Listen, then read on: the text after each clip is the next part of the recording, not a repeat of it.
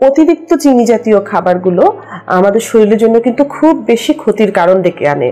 মূলত এই বিষয়টা যখন আমরা লক্ষ্য করছি বাজারে বা খোলা খাবারের ক্ষেত্রে, আমরা কিন্তু অনেক রকমের মজাদার গজা, তারপরে জিলাপি, তেল থেকে উঠিয়ে অনেক ধরনের খাবার তৈরি করা হচ্ছে যেগুলো কিনা অনেক বেশি মিষ্টি থাকে, এমনকি আইসক্রিমে মিষ্টি যুক্ত করা হচ্ছে।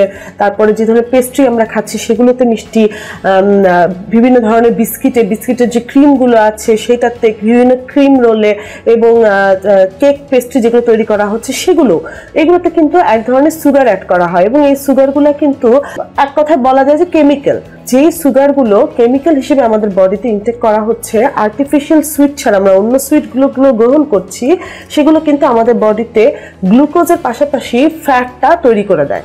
অর্থাৎ এটা আমাদের শরীরে ফ্যাট জমা হতে থাকে, আমাদের অ্যাডিপোজ টিস্যুতে, মাসেলে এই ফ্যাটগুলো জমতে থাকে এবং এই ফ্যাটগুলো কিন্তু আমাদের অনেক রোগের একটি অন্তরায় হিসেবে কিন্তু ক্ষতি করে থাকে।